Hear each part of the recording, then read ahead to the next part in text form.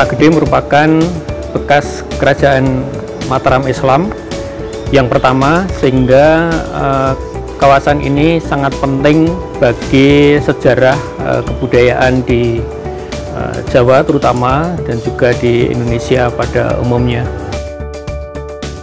Kota Gede memiliki beberapa layer penghunian dan membuat kawasan ini cukup kaya untuk kajian-kajian arkeologi dan juga arsitektur.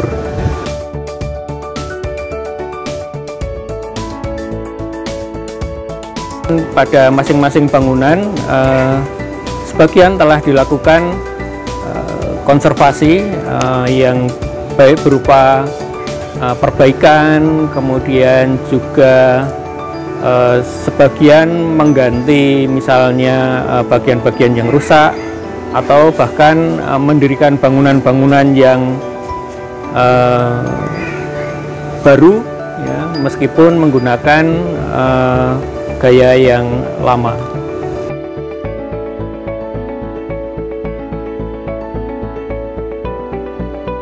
Untuk di kawasan Between Two Gates ya, Between Two Gates itu kebetulan tuh ada 9 rumah yang dikonservasi. Itu ada 1 rumah publik dan ada 4 rumah privat.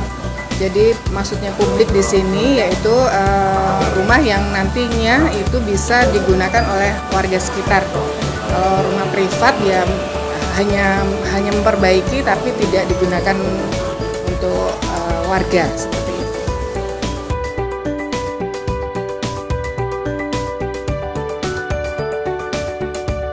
Bapak Wondo Amiseno, beliau itu dosen arsitektur UGM. Beliau almarhum Wondo Amiseno gitu. Beliau jalan-jalan di Kota Gede dan menemukan kawasan tersebut. Nah itu, jadi kawasan tersebut tuh diapit oleh 2 gang, dua gate seperti itu. Jadi kemudian dinamakan oleh Pak Wondo Amiseno itu Between Two Gates, di antara dua gerbang, maksudnya seperti itu. Kalau warga Kota Gede sendiri dulu menamakannya itu Gang Rukunan.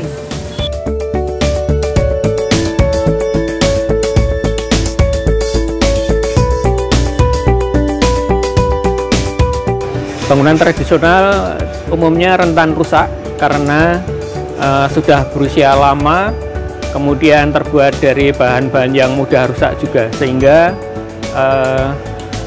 perlu dilakukan konservasi terhadap bangunan-bangunan tersebut.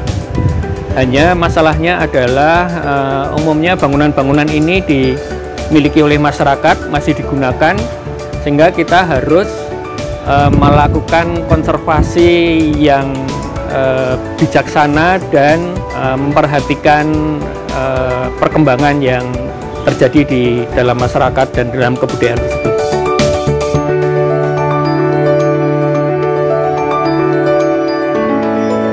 Prinsip konservasi biasanya dilakukan dengan melakukan sesedikit mungkin perubahan, dan biasanya dikenakan pada misalnya bentuk bangunan, kemudian juga sejauh mungkin teknologinya masih sama, tetapi beberapa hal yang misalnya boleh diperkenankan untuk diubah, misalnya adalah fungsi, ya. Karena ada prinsip adaptasi yang berarti boleh digunakan untuk keperluan-keperluan baru dengan sedikit atau dengan penyesuaian yang terbatas, dan ditujukan untuk konservasi itu sendiri, untuk pelestarian.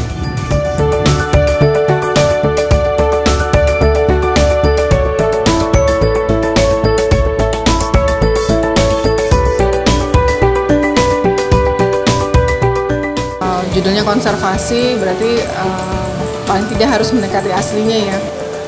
Kemudian tidak boleh mengganti bagian yang tidak benar-benar rusak. Kemudian itu satu. Yang kedua, untuk misalnya bagian atap itu paling tidak mendekati aslinya. Jadi kebanyakan bangunan tradisional itu menggunakan genteng keripik ya waktu itu juga kami berusaha untuk mendapatkan itu walaupun susah waktu itu jadinya ya. Jadi hanya beberapa bagian saja yang menggunakan genteng keripik. Kemudian bagian-bagian bangunan entah itu sakanya atau blandarnya itu andai kata itu masih bisa dipertahankan, itu dipertahankan. Jadi misalnya blandar itu yang rusaknya bagian ujung gitu ya, di bagian ujungnya itu nanti yang akan diperbaiki itu bagian ujungnya, jadi tidak mengganti seluruhnya. Jadi ujungnya itu kami potong, kemudian kami kalau ada kayu yang sekualitas blandar seperti itu ya, kami mengambil dari bagian lain kemudian disambungkan ke bagian yang rusak. Kemudian ada bagian mungkin kalau lantai kebanyakan lantainya adalah lantai biasa, kemudian setelah dikonservasi kebanyakan akhirnya menggunakan tegel.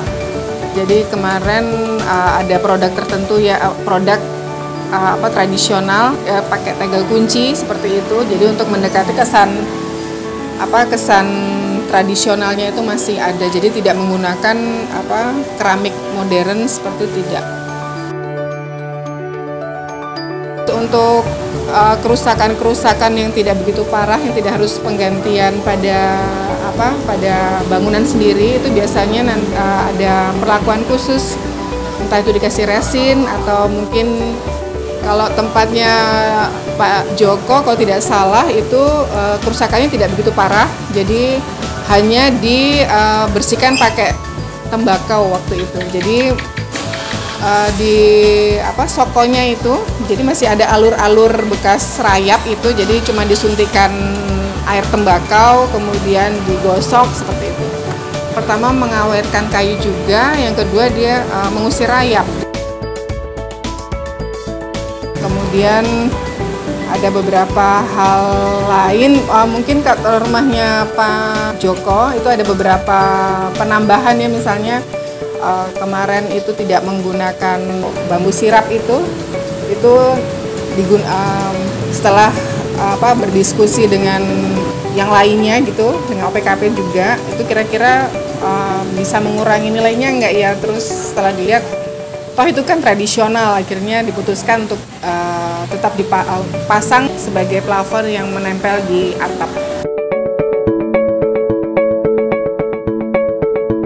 Kalau dari pihak masyarakatnya sendiri itu paling tidak punya greget buat melestarikan peninggalan yang sudah ada. Jadi seperti kayak Between Two Gates itu bagaimana caranya merawat itu. Jadi ke anak cucunya itu harus diberikan wajengan gimana caranya itu tetap dijaga. Jadi kalau di Between Two Gates sendiri itu kebanyakan orang-orangnya itu mesti pindah dari sana karena memang terkait sama space ya, ruangan yang tersedia gitu. Jadi kalau misalnya harus membongkar kemudian disekat-sekat itu kan sudah tidak sudah tidak memenuhi kaidah lagi untuk konservasi seperti itu.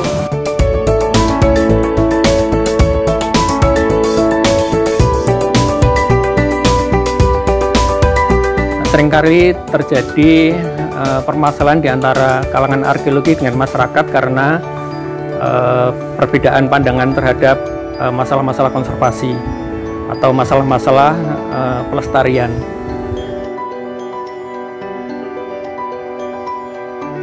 Hambatan itu pasti ada, itu baik hambatan dari masyarakat, hambatan dalam teknis pembangunan juga. Kalau dalam masyarakat sendiri itu hambatannya dalam pemilihan rumah yang akan dikonservasi itu juga mengalami hambatan. Jadi ada beberapa yang pertama menyanggupi, kemudian setelah mengerti klausul atau syarat-syarat untuk mendapatkan dana itu, dana baik privat maupun dana publik, itu kemudian mengundurkan diri karena terikat pada, kalau privat itu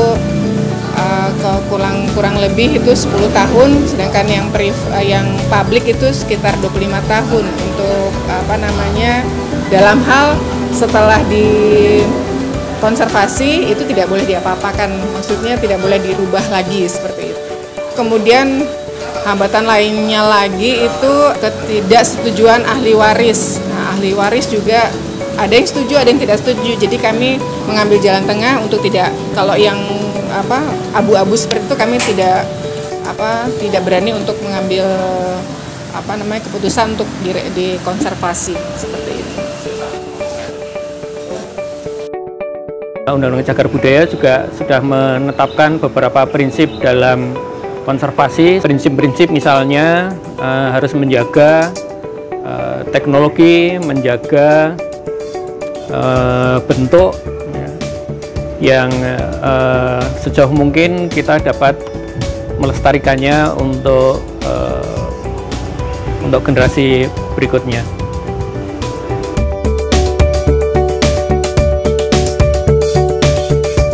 Masyarakat berkembang, mereka menemukan banyak teknologi juga yang berkembang, mereka memiliki kebutuhan juga yang berkembang, sehingga pandangan terhadap bangunan-bangunan lama juga berkembang. Nah, arkeolog perlu menunjukkan kepada masyarakat bahwa teknologi yang mereka miliki di masa lalu itu masih juga relevan kepada perkembangan kebudayaan sekarang, dan kita sebagai arkeolog harus bisa menunjukkan hal-hal yang penting di masa lalu ini untuk tetap dijaga di masa sekarang. Oleh karena itu perlu duduk bersama di antara kedua pihak, di antara arkeologi dan masyarakat, untuk menemukan solusi yang terbaik untuk konservasi misalnya bangunan atau kawasan yang kebetulan dimiliki oleh masyarakat.